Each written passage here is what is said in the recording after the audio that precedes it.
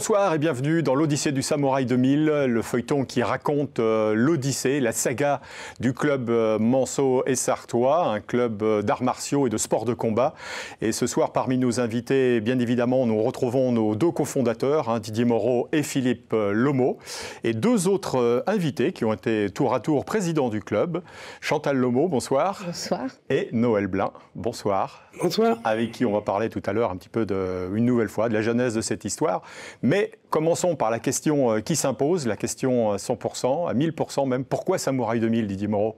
Alors, parce que déjà, nous avons voulu créer un nouveau dojo, de voler de notre propre aile, faire en sorte que nous puissions faire évoluer nos valeurs, et nous étions plus en phase avec ces valeurs. Et nous avons décidé de créer notre propre dojo. Et Samouraï 2000, pour la petite anecdote, on a changé de nom la veille au soir à minuit. On avait choisi des acronymes comme tout le monde, KCO, CKM, COP, et puis on a décidé de choisir Samouraï 2000, Samouraï la tradition et 2000 la modernité. Et c'est ce qu'on a essayé de garder aujourd'hui, c'est d'être assez moderne dans notre pratique. Ouais, puis c'est vrai que 2000, ça faisait rêver à l'époque. Aujourd'hui, c'est peut-être un peu différent. Ah, complètement. Oui, on envisage, on a des projets là-dessus.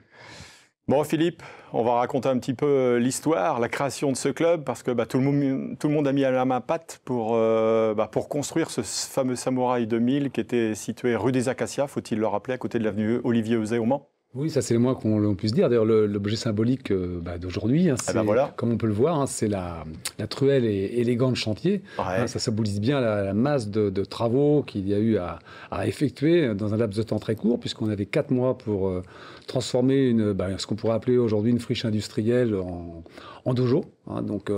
Et pour ce faire, on avait besoin quand même de beaucoup de coups de main, parce que nous étions quand même assez novices en matière de bricolage. Ouais, on le voit sur ces images, c'était vraiment un lieu qui était nu, que vous avez mis à nu et complètement réhabilité, restauré. Oui, complètement. C'était un bâtiment déjà qui était en partie utilisé par Tupperware à l'époque, qui réunissait ses démonstratrices, et puis qui s'est séparé de ce local. Et puis nous avons profité de ce moment pour installer ce dojo, on n'avait que 4 mois pour effectivement le mettre, le transformer vraiment de manière opérationnelle pour le mois de septembre. Ouais. Didier, les événements marquants qui ont jalonné ses débuts, on va dire. C'est surtout les travaux, ouais. Et puis le travail d'équipe, des bénévoles. Complètement, c'est ça, c'est une aventure collective avec une action des adhérents, des gens de notre famille qui voulaient bien nous donner un coup de main. C'est ça qui a marqué notre parcours au démarrage. Maçonnerie, peinture, vous avez tout fait. Voilà, et c'était une aventure de fou. Fallait être fou. C'est quand on regarde maintenant avec le recul, surtout quand on regarde les photos, on se dit mais comment on a pu faire ça ? On n'a pas réfléchi quoi. Et on avait confiance, on pensait qu'on allait y arriver, on n'avait pas le doute. Vous n'êtes pas posé de questions ? Oui, parce qu'on avait 22 ans quand même. Donc et puis cette aventure de pouvoir vivre de sa passion, à cette époque-là, c'était pas évident du tout. Il y avait très peu de karatékas en France qui vivaient de leur passion. On a décidé de le faire, voilà. Bon, une fois que tout ça a été mis en ordre, vous avez commencé à donner des cours. La naissance des premières sections, Philippe ? Oui, donc les premières sections, bien sûr, le karaté, ça c'était évident. Ensuite, le full contact ou boxe américaine, comme on voulait l'appeler. Et puis, on s'est vite rendu compte qu'il fallait aussi faire une préparation spécifique. Donc, on avait aussi, en même temps, ouvert une salle de musculation pour justement bien se préparer. Et on enseignait aussi des cours de gym tonique qui étaient basés un petit peu sur ce qu'on faisait déjà dans la préparation à l'échauffement, dans les arts martiaux, et ce qui plaisait beaucoup à la gente féminine de l'époque. Et voilà comment on a ouvert nos 4 sections. Didier, c'était le début de l'aventure. Ouais, voilà. Complètement, qui existe encore aujourd'hui, ça fait 40 ans. Et que vous avez bien développé, parce que vous êtes resté un petit peu sur les mêmes principes, de karaté toujours, bien évidemment. On a parlé tout à l'heure de la boxe américaine. C'était vous, Philippe, je crois, la boxe américaine au départ, qui enseignait. Oui, le full contact. Oui, le full contact. J'ai ouvert la première section du département, effectivement, c'est moi qui l'ai ouverte à ce moment-là. Et puis à l'époque, c'était un peu la période de Véronique et Davina, on était dedans. Oui. C'est ça. On s'est inspiré des échauffements de karaté pour faire notre propre gym. Et les gens nous en parlent encore. Ça nous arrive de croiser des gens dans la rue qui nous disent moi, j'ai participé au cours de gym de cette époque et c'était super top. Voilà. Ouais. Et donc, il y avait un étage. Au début, c'était tout au rez-de-chaussée, et puis après, vous avez, on va dire, gravi tous les échelons. Oui, c'est un club en kit qu'on a fait, parce qu'au démarrage et puis au fur et à mesure des différentes choses qui sont passées au club, on a agrandi, cassé les murs, et puis gagné une première salle, une deuxième salle, une troisième, une quatrième, pour finir à 1000 mètres carrés. Bon, merci les amis, on se retrouve dans un instant, justement, avec nos invités, pour en parler à nouveau.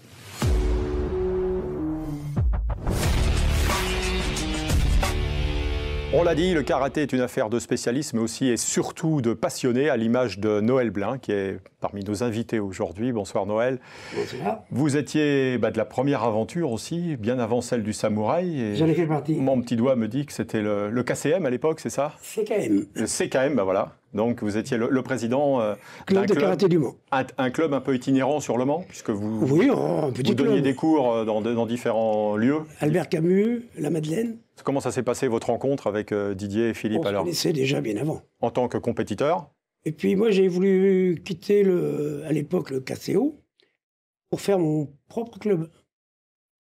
Et j'avais toujours dit à Didier et Philippe, si un jour il y avait quoi que ce soit, on peut se rencontrer. Puis la chose s'est faite 4-5 ans plus tard. Vous voulez ouvrir un club discrètement, on va dire. La meilleure façon, c'était de prendre un club qui était déjà ouvert. Eh oui. Donc ça... Changement de chez social dans la nuit, Samouraï 2000. Ah, ça s'est fait comme ça, aussi vite qu'on le dit, quoi. Aussi vite On pour les papiers. Ouais. Pour les travaux, non. Oui, comme on le disait tout à l'heure, parce que vous aussi, vous avez mis la main à la pâte. Beaucoup. Je ne sais pas si vous avez cassé des briques à ce moment-là, mais bon, vous étiez de l'aventure aussi Il a cassé des briques. des oui, comme travaux. vous dites. Ouais. C'était une sacrée épopée, quoi, on va dire. Une longue aventure, mais une bonne aventure. Le résultat est plutôt bon. Eh oui, complètement. Et Noël, vous avez été aussi vice-président du club. Je crois, Exact. c'est ça, pendant un certain nombre d'années. Oh oui, je n'étais pas compté.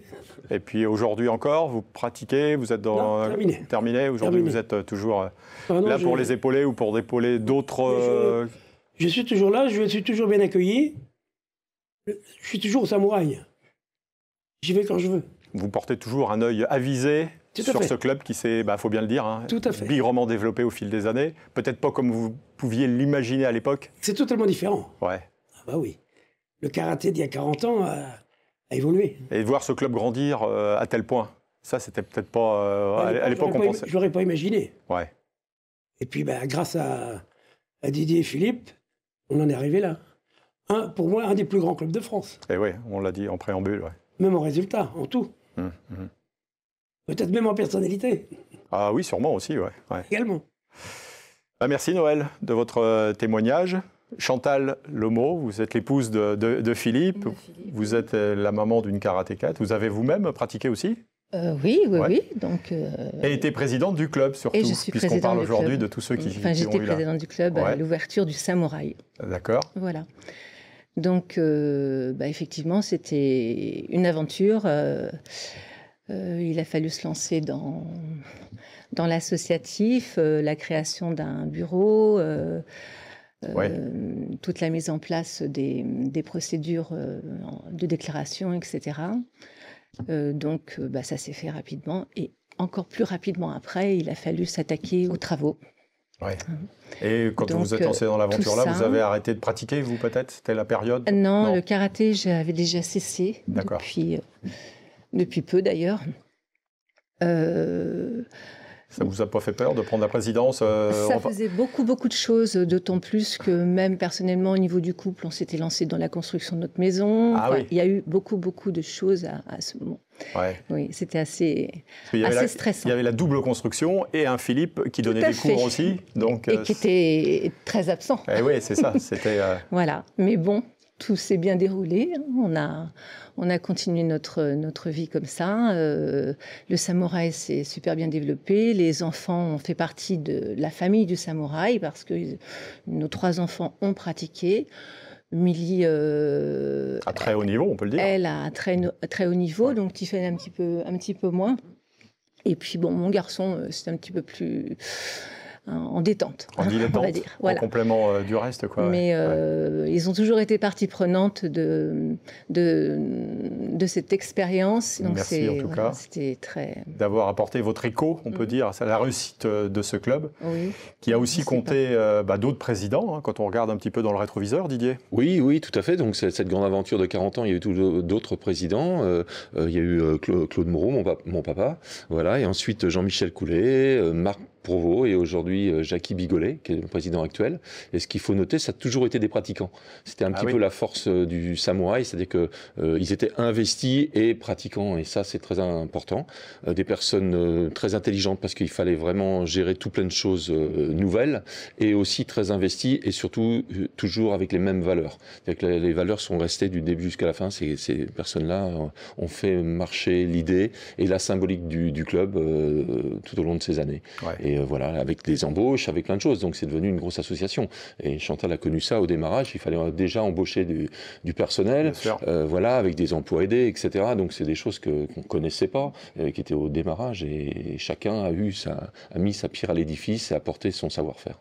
Parfait, merci à vous. On continue cette émission, bien évidemment, dans la troisième partie, qui s'appelle « Élargir l'horizon ». Restez avec nous, on se retrouve tout de suite.